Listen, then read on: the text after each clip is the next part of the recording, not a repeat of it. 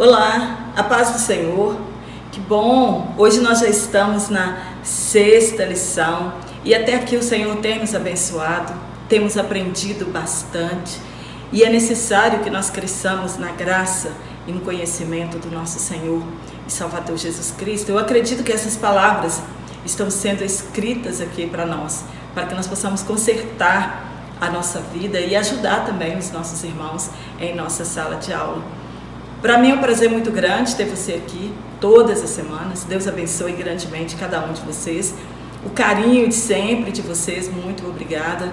E para você que está aqui pela primeira vez, eu sou Jane Martins de Souza, eu sou professora e superintendente de escola bíblica dominical. Então fica comigo até o final desta aula. Nós vamos aprender bastante a respeito da palavra de Deus. E hoje nós vamos falar sobre um tema atual, muito discutido no meio cristão e também no mundo secular.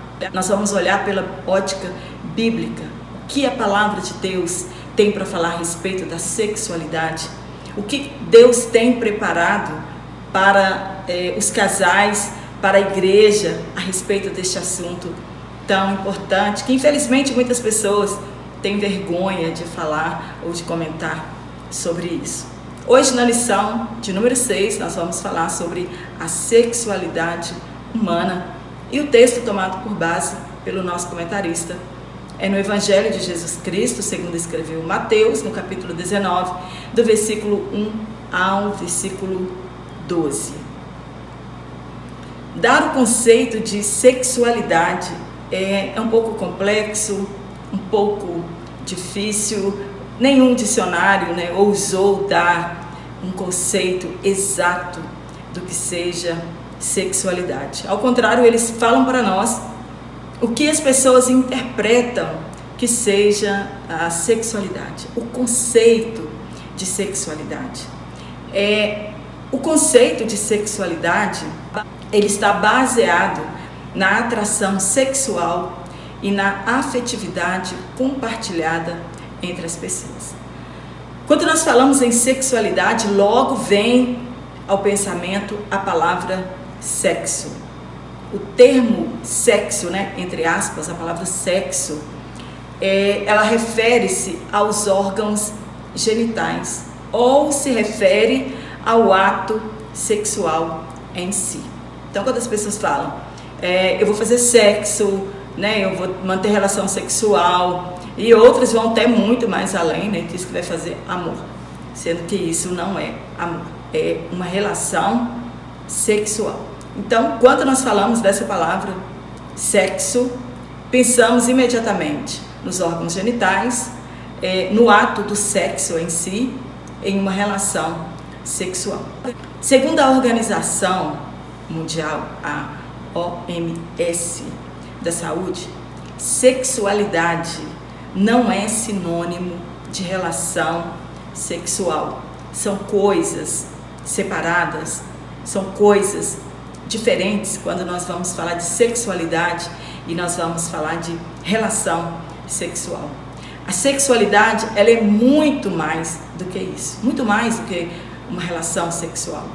Ela é a energia que motiva a encontrar o amor, o contato, a intimidade, e ela se expressa na forma de sentir, se expressa no movimento das pessoas e como elas tocam e como elas são tocadas.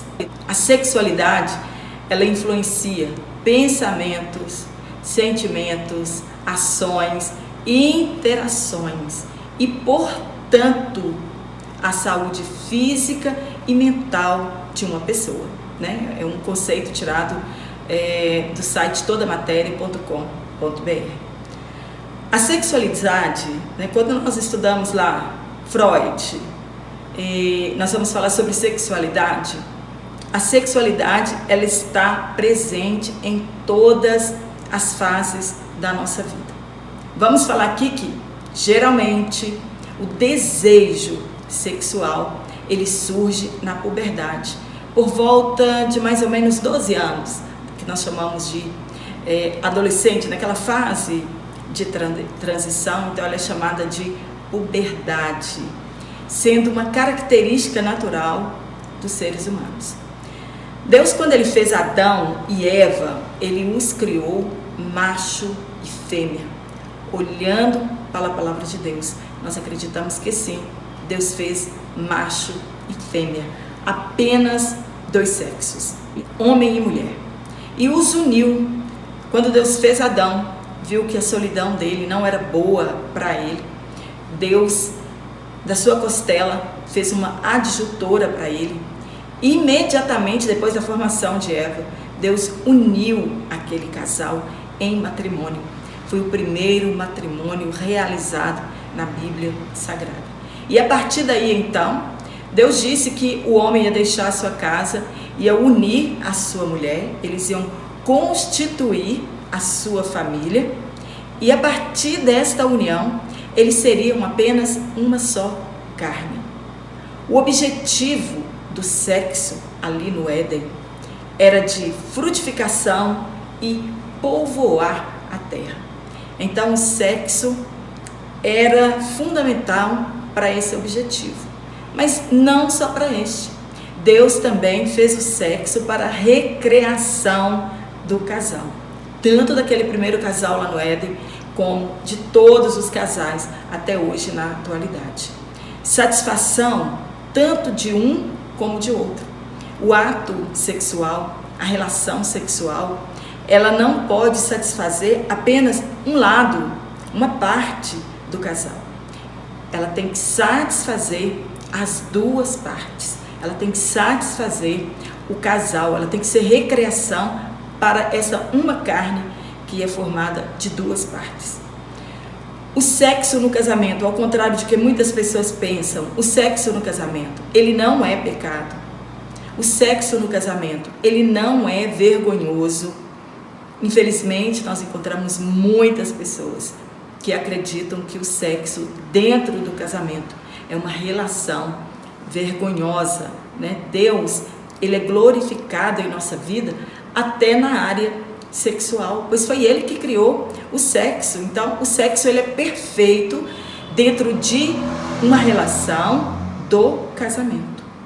Deus diz que tudo que ele havia criado era bom, foi bom, inclusive o sexo para os casais na ótica bíblica. Não é isso que nós estamos vendo hoje nas redes sociais, né? Esse ato vergonhoso e que afronta a Deus. Não é sobre este sexo que nós estamos falando, não é sobre orgia, sobre troca-troca de casal, não é sobre isso que nós estamos falando. Nós estamos falando na ótica bíblica. Jesus, em seus ensinamentos, ele traz riquezas para nós, muitas riquezas, inclusive aqui no capítulo 19 de Mateus e também lá no capítulo 6 de Mateus. São fontes de vida os ensinamentos de Jesus. E aqui em Mateus, no capítulo 19, que é o nosso texto, né, por base que nós vamos estudar nesta aula, Jesus, ele saiu da Galileia, ele foi para a Judeia, e quando ele estava ali na região da Judeia, mais uma vez, Jesus foi confrontado pelos fariseus. Na verdade, eles queriam tentar Jesus, colocar Jesus, entre aspas, em uma saia justa, para ver como que ele sairia no meio daquela multidão. Então a vontade deles era de colocar Jesus em uma situação constrangedora. E eles sabiam que Jesus já tinha ensinado a respeito do divórcio, como está lá registrado em Mateus no capítulo 6. Jesus tinha também falado a respeito do adultério. Está em Mateus capítulo 6, do versículo 27 ao 32. E que Jesus, quando ele veio, ele disse que ele não veio abrogar a lei, mas ele veio intensificar a lei. A lei, ela se tornou um pouco, hoje, mais pesada do que era na lei, porque na lei você só não podia fazer fisicamente, mas o seu interior poderia estar de qualquer maneira. E Jesus veio e intensificou. Além do nosso exterior, o nosso interior também, ele tem que condizer com a palavra de Deus. Agora, ali Jesus ensinando para eles, o adultério não era apenas o ato consumado, mas o desejo em si. A cobiça íntima também era importante. Claro que o adultério consumado, ele é muito pior do que o adultério em nossa mente. Jesus, o que ele quer então? Jesus, ele quer que nós não alimentemos nossas fantasias sensuais, porque o desejo interior, Jesus estava ensinando para o povo daquela época, ensinando para nós hoje, que o desejo interior, quando ele é alimentado, ele leva rapidamente ao pecado proibido. Depois as pessoas querem consumar este ato. O divórcio, Jesus estava ensinando, ele já não seria mais permitido por motivo torpe, por qualquer coisa. Jesus estava dizendo, as pessoas não podem mais repudiar as suas esposas, dar carta de divórcio para as suas esposas. E Jesus então abre uma concessão. Ele diz, somente se houver imoralidade sexual. Se alguma das partes, cometerem este pecado de imoralidade sexual, que é o adultério. E Jesus os faz lembrar, dizendo que o casamento, ele foi instituído antes da lei de Moisés. E Moisés, então, não dá uma lei. Moisés dá uma permissão e não um mandamento para os homens daquela época, que neste caso é imoralidade sexual. Jesus aqui, ele está dando uma concessão. E Moisés, lá na lei, ele também não deu um mandamento. Ele deu uma permissão, ele deu uma concessão de dar uma carta de divórcio para sua mulher, para que ela não fosse oprimida pela sociedade da sua época. E Jesus disse então, sim, se houver imoralidade sexual no casamento, vocês podem separar-se então. Então eles perguntaram para Jesus se era lícito repudiar as esposas por qualquer motivo. E Jesus então responde, abre aspas, no princípio não foi assim. De que princípio Jesus estava falando? De Gênesis capítulo 2, de quando ele criou o primeiro casal lá no Jardim do Éden. Jesus está citando Gênesis capítulo 2, versículo 24, e ele disse mais, o que Deus ajuntou, não separe o homem. Quando Jesus termina de dizer isso, eles questionam então por que Moisés deu carta de divórcio? Jesus responde, por causa da dureza dos vossos corações. Assim como os fariseus, eles estavam presos, eles tinham segurado naquela carta de permissão que Moisés tinha dado, eles estavam presos ali naquela concessão que Moisés tinha dado a eles no passado. Hoje, infelizmente, muitas pessoas também estão presas com estas concessões. Elas estão mais importando com o que a lei diz do que a palavra de Deus diz. Estão importando mais com o que a lei absolve do que com o que Deus condena. Com o que as igrejas da atualidade estão nos permitindo fazer. Às vezes nós encontramos algumas pessoas que nos dizem, não, mas já foi liberado no estatuto da igreja. Não, a nossa igreja está permitindo fazer isso. Jesus está dizendo para os fariseus, vocês devem observar os desígnios de Deus, não uma permissão de um homem, porque o que Deus ajuntou, o homem não pode separar. O homem não tem poder de separar. Hoje as pessoas estão preocupadas com o que foi liberado e não se importam mais com os desígnios de Deus. Não observam mais a palavra de Deus. Não estão importando com a vontade de Deus. Às vezes muitos dizem, o que a igreja liberou? Então, por que a igreja liberou se Deus proibiu? Por que a igreja então permite? E aí a pergunta que fica para nós é a mesma que Jesus fez para os fariseus. E onde estão os desígnios de Deus em nossas vidas? E é na palavra de Deus que buscaremos o verdadeiro modelo quanto ao uso santo e decoroso do sexo. No primeiro tópico nós vamos falar: Deus criou apenas 2 sexos. Eu acredito que você não tem dúvida a esse respeito. Deus criou homem e criou mulher. Disso nós temos certeza que nós não temos nenhuma dúvida a esse respeito. A biologia também, ela não tem nenhuma dúvida, né? A ciência também não tem nenhuma dúvida que existem apenas 2 sexos. O sexo, agora nós estamos falando dos órgãos genitais, o sexo, ele serve para diferenciar homem e mulher. Quando nós falamos de gênero, nós estamos falando de sexo masculino e feminino. Todos nós somos identificados pelo nosso sexo ao nascer. E hoje, com a ajuda de ultrassom, né, a evolução da ciência, dentro do ventre materno, isto é possível, né? E tem alguns que até vão muito mais longe, que o casal ele pode escolher o sexo. Isso nós não sabemos comprovadamente se pode ou não.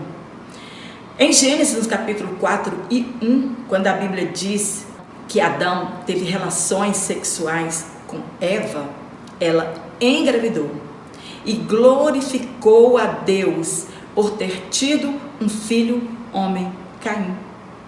Aqui está especificando o sexo do bebê. Quando nós falamos de gênero, falamos de sexo do indivíduo, se ele é homem ou se ele é mulher. Nós estamos falando do sexo biológico da pessoa, do sexo que ela nasceu, com o órgão genital que ela nasceu, com o órgão genital que nós nascemos. Identifica-se então se somos homem ou mulher. Porém, quando nós falamos de ideologia de gênero, nós estamos falando de um assunto diferente deste. Este grupo de pessoas, eles acreditam que o sexo, ele é construído ao longo do tempo na vida do indivíduo, né? O que é importante na ideologia de gênero é como a pessoa se vê, como ela se enxerga, e não de fato com o sexo biológico que ela nasceu, como ela se sente em relação ao sexo, ao seu órgão genital, né? E não em relação o que a biologia está dizendo que ela é o que ela se enxerga, é o que ao longo da sua vida ela construiu em uma sociedade. E eles não importam com o órgão genital que você tenha nascido. O conceito de gênero é presente no movimento feminista. Não teremos tempo de falar sobre isso. Desde os anos 70, e ele é entendido não como sexo biológico, mas como as construções sociais baseadas nos sexos biológicos. É o que nós acabamos de falar. É como a pessoa se vê, não é pelo órgão sexual que ela tem. A filósofa Arlene Bacardi, por exemplo, ela define ideologia de gênero como, abre aspas, uma ideologia que atende a interesses políticos e sexuais de determinados grupos, que ensina nas escolas para as crianças, adolescentes e adultos que o gênero, o sexo da pessoa, é algo construído na sociedade pela cultura, as quais eles acusam de patriarcal, né, conservadores, machista e preconceituosa. Ou seja, para eles que defendem a ideologia de gênero, ninguém nasce homem, ninguém nasce mulher. Mas ele pode escolher o que quer ser, independente dos seus órgãos genitais. Pois comportamentos e definições do ser homem ou mulher não são coisas dadas pela natureza e pela biologia. Eles acreditam ser uma construção social, mas pela cultura e pela sociedade, segundo a ideologia de gênero. É eles que pensam dessa forma.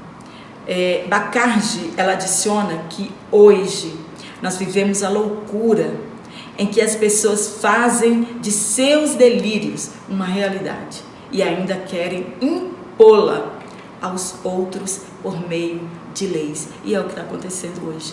Os juízes, né, são obrigados a fazer casamento de pessoas do mesmo sexo, né, estão querendo obrigar as igrejas evangélicas também a fazer casamento de pessoas do mesmo sexo. As leis, né, que estão sendo votadas pela Câmara querem que os hospitais sejam obrigados a fazer a cirurgia de mudança de sexo das pessoas. Então eles querem que isso passe pela nossa garganta, empurrada como bucha por intermédio das leis. Se é lei, nós temos que aceitar. Então demonstra a preocupação de que as crianças e os nossos adolescentes poderão ingenuamente crer nisso. E é isso que nós estamos vendo na nossa sociedade. Em 2014, o MEC, no PNE, que é o Plano Nacional de Educação, ele colocou esse tema sexualidade na grade curricular de crianças a partir de 6 anos. E é isso que o nosso presidente não admite, que nossas crianças inocentes, né, sejam poluídas com essa ideologia de gênero. E que, graças a Deus, né, Deus sempre levanta pessoas em meio ao caos. Né? Então, graças a Deus, foi descoberto pela sociedade conservadora, que luta pelos valores morais. Então, isso foi proibido nas escolas, né, para fazer parte da grade curricular na vida das crianças a partir de 6 anos. A Bíblia nos informa que nasce homem e mulher, e ponto. E cada um com as suas diferenças e com suas responsabilidades, né, no lar, na sociedade e na igreja. Ponto 2. Deus criou o sexo. Nós já estudamos e sabemos que foi Deus que criou o sexo. Os anjos, como nós já aprendemos, eles foram todos criados de uma única vez. Não sabemos a quantidade de anjos que foram criados, mas a quantidade esta que existir foi toda criada de uma vez. Está em Salmo 33, verso 6 e Lucas, capítulo 20, versículo 34 ao 36. Eles não se reproduzem sexualmente, então os anjos não estão aumentando, né, como a humanidade ao decorrer dos séculos. Eles não sentem necessidade sexual, porém nós não podemos chamá-los de assexuados.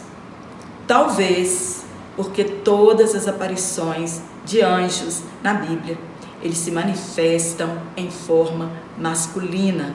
Nós já aprendemos, não tem anja, e sim anjos. E a Bíblia cita Miguel, Gabriel e assim por diante. Toda a manifestação divina é em forma masculina.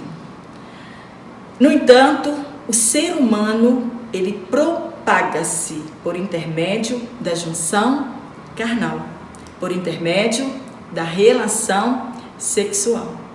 Então, se essa ideologia de gênero for aprovada e ficar só homem com homem e mulher com mulher, a humanidade vai parar de crescer.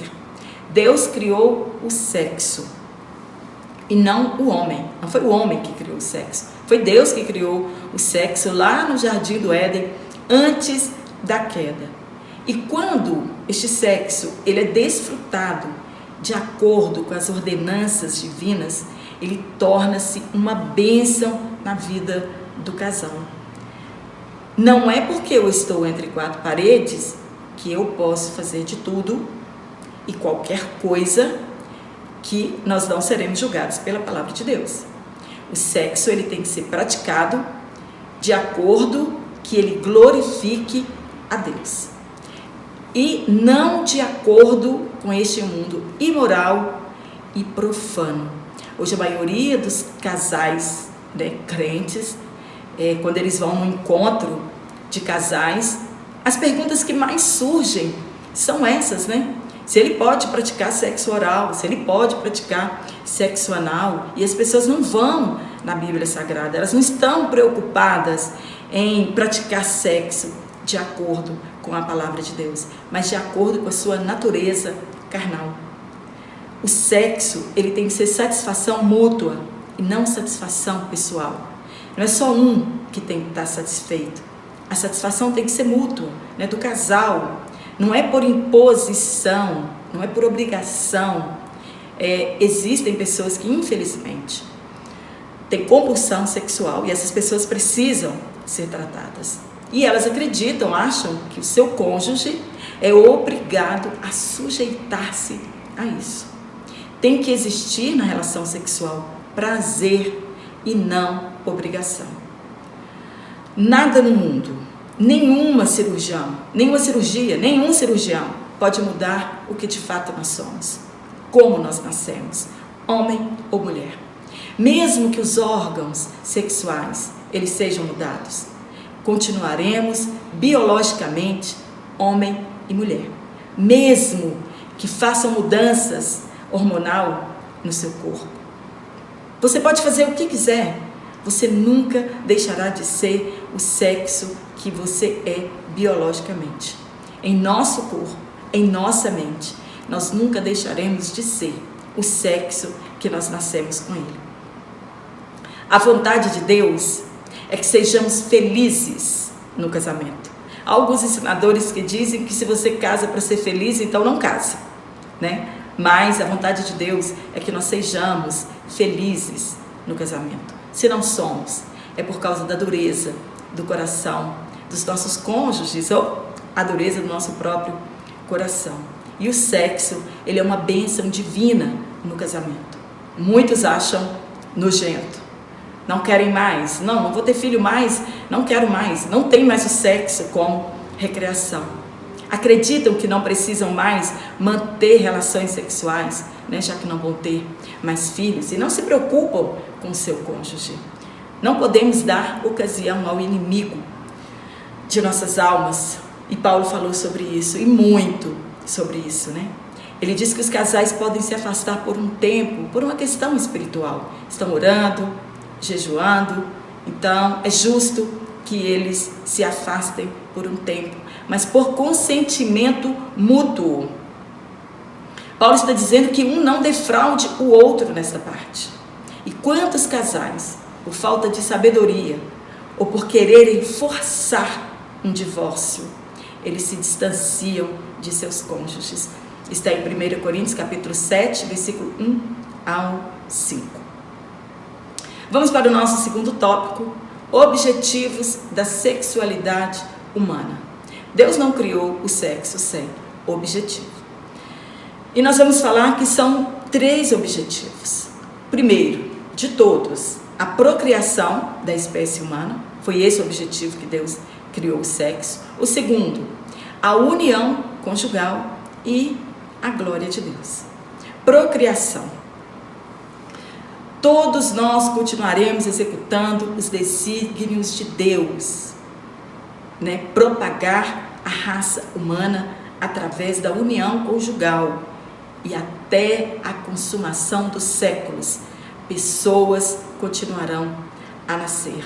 Mas lá no céu, disse Jesus, lá em Lucas, nós seremos como os anjos, não nos casaremos, não nos daremos em casamento, não procriaremos mais na Nova Jerusalém.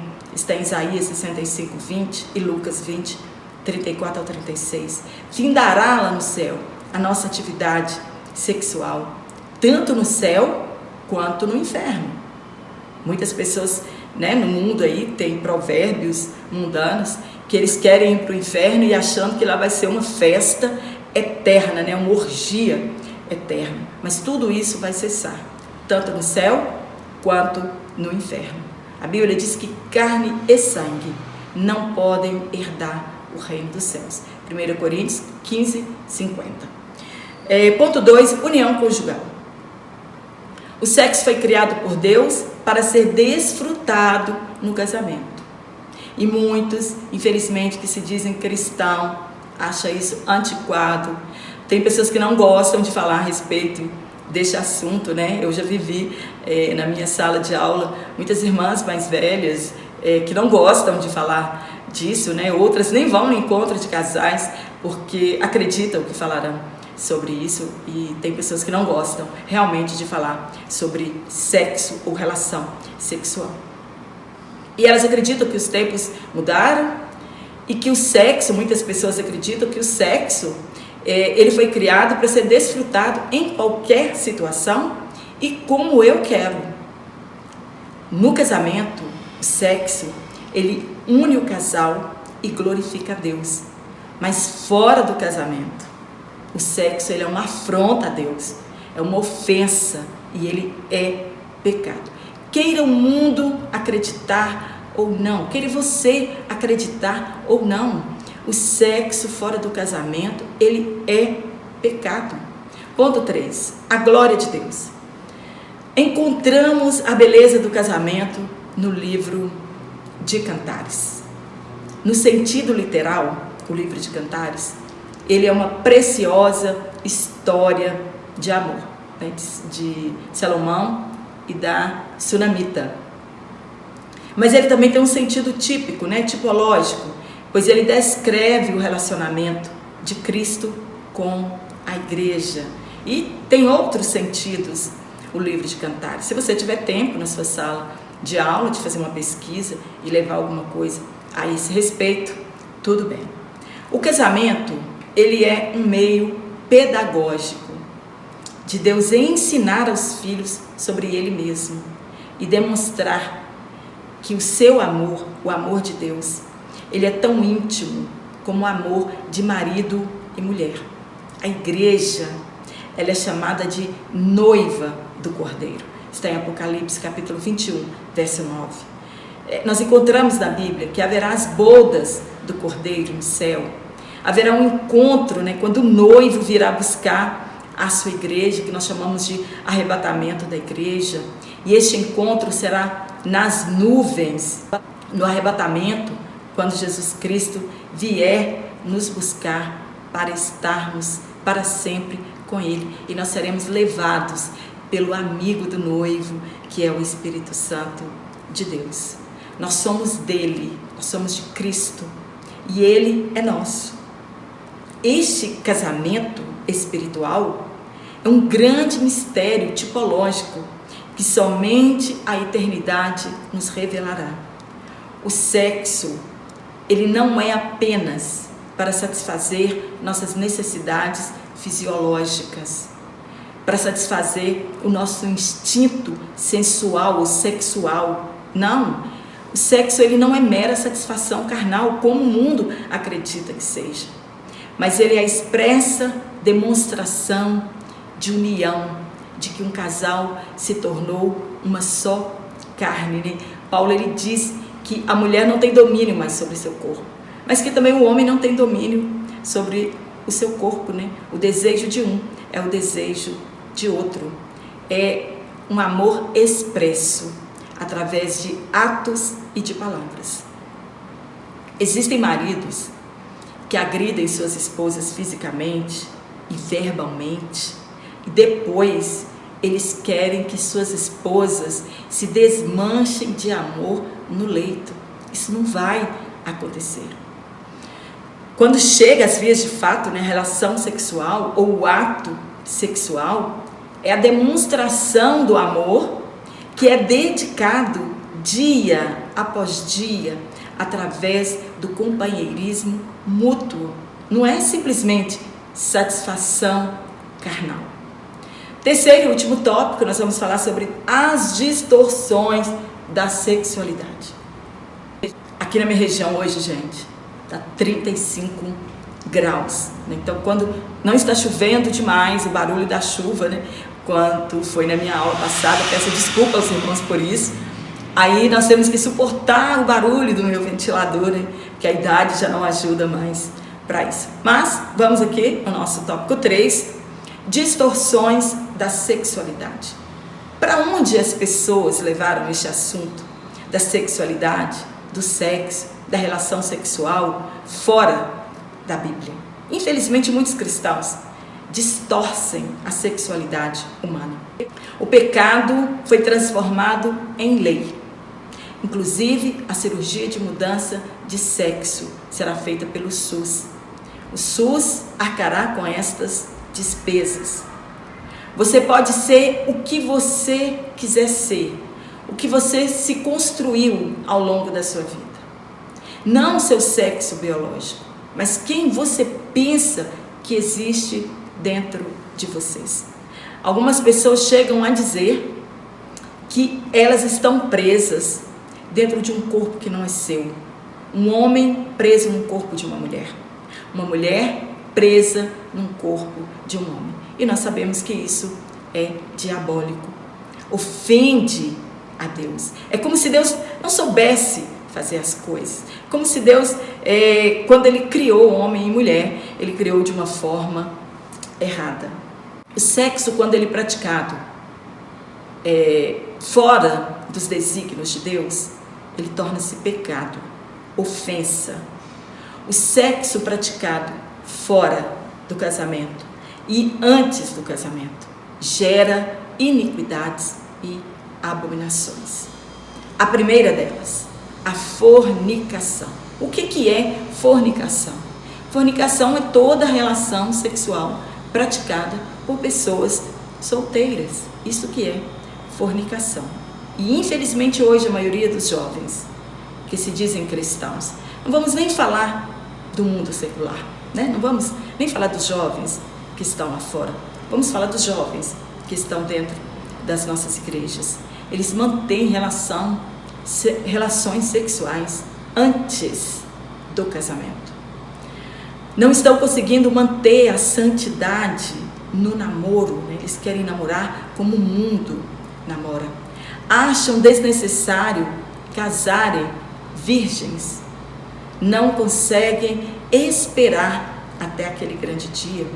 Que está na moda os casais de namorados terem uma relação marital dentro de casa. Infelizmente, muitos pais aceitam, né? Não proíbem isso. Alegam que precisam se conhecer, entre aspas, né? Antes do casamento. São influenciados por esta sociedade promíscua, afastada de Deus, pelas telenovelas, pelas redes sociais e pelos amigos mundanos, infelizmente. Está em 1 Timóteo, capítulo 1, versículo 10, e também em Efésios, capítulo 5, versículo 5, a seguir. Outra abominação, ponto 2, o adultério. O que é adultério? É toda relação sexual extraconjugal, fora do casamento. No princípio, Deus estabeleceu um mandamento para que o casamento fosse protegido. Está lá em Êxodo, capítulo 20. Não adulterarás. Deus estava protegendo o matrimônio, blindando os casais. E o que tem acontecido hoje no nosso meio? Dezenas de maridos e também esposas que defraudam o seu cônjuge, traem de maneira deliberada, acreditando que Deus não o julgará. Assim como Adão e Eva, lá no jardim. Eles devem ter falado, Eva, quando comeu do fruto, ela deve ter dito, opa, não morri. E muitos casais e muitas pessoas estão assim, dentro da igreja, adulterando, mantendo relação sexual, solteiros, continuam pregando, cantando, profetizando, indo nos cultos, achando que não serão punidos por Deus e por sua palavra. Deus julgará a todos. Os nossos púlpitos hoje, a maioria tem caído decorrente ao adultério. Escolhendo mulheres mais jovens. Quando nós lemos lá Malaquias, capítulo 2, que foi o nosso texto áureo da lição passada, o profeta está dizendo, né, Deus está dizendo para os sacerdotes que eles estavam roubando do povo, enganando o povo e traindo as suas mulheres. Não estavam sendo fiéis ao concerto com a mulher da sua juventude. E hoje muitas estão assim. Trocam as suas esposas por mulheres mais jovens, né, achando que precisam de carne fresca para sua satisfação carnal, alegando distância de casa e carência afetiva. Quantas mulheres estão traindo seus maridos com a mesma desculpa, alegando carência afetiva de marido que a distrata, não a procura no seu leito? Nós temos que orar, Isso não é motivo de nós ofendermos a Deus. Isso não é motivo de nós pecarmos contra Deus. Enfim, quando a pessoa quer pecar, todos encontram argumentos para o seu erro. A culpa nunca é minha, a culpa sempre é do outro. A Bíblia diz que o leito sem mácula, o leito puro, é o ideal de Deus para os casais. Está em Hebreus capítulo 13, versículo 4. Pois ele julgará os imorais, aqui está falando de relações sexuais, né, que ofendem a Deus dentro de um quarto matrimonial, e os impuros Deus julgará a todos. Terceiro ponto, o homossexualismo. O que é homossexualismo? O homossexualismo, ele contraria a Deus. É a união de pessoas do mesmo sexo. É o relacionamento sexual entre pessoas do mesmo sexo. Homem com homem, mulher com mulher. Na Bíblia, ele é conhecido como o pecado de sodomia ou de Sodoma e Gomorra. E estas pessoas não herdarão o reino dos céus se não se arrependerem. Está escrito na palavra de Deus que os imorais, os adúlteros, os homossexuais, passivos e ativos, é uma tradução da NVI, e tantas outras pessoas não herdarão o reino dos céus. Está em 1 Coríntios capítulo 6, versículo 9. O ideal de Deus é a união de homem e mulher, heterossexual, por intermédio do casamento. Que ele seja monogâmico e indissolúvel. Ah, minha mulher ficou muito feia, muito gorda, eu vou largar. Ah, meu marido ficou muito feio, muito velho, vou largar. Não. O ideal de Deus é monogâmico e indissolúvel. Não existe na Bíblia Sagrada a expressão amigado com fé, casado é. Ponto 3. A ideologia de gênero. Ponto 4, né? A ideologia de gênero. Nós já falamos bastante lá no início o que é ideologia de gênero, então aqui eu só vou dar uma pincelada para os irmãos. Hoje, os apoiadores desta ideologia, eles querem que os pais eduquem seus filhos de maneira neutra. Que ele não seja homem, que ele não seja mulher. Nem diga que ele é menino ou diga que é menina. Mas que a criança, ao decorrer dos anos, ela se identificará com o sexo que ela acha que ela é. Ela pode escolher o seu sexo. Hoje nós encontramos crianças pelo mundo, nós encontramos nas redes sociais, que a partir dos 6 anos já decidiram qual sexo se identificam, né? Já existem crianças, pais que autorizaram a cirurgia de filhos, né? Crianças ainda. E pasmem, elas apenas se identificam com sexo contrário ao biológico. E isso com a permissão dos pais. As escolas querem ensinar sexualidade aos nossos filhos e aos nossos netos. Hoje, nós lutamos por uma escola sem partido. Nós acreditamos que quem ensina sexualidade para os nossos filhos somos nós, pais.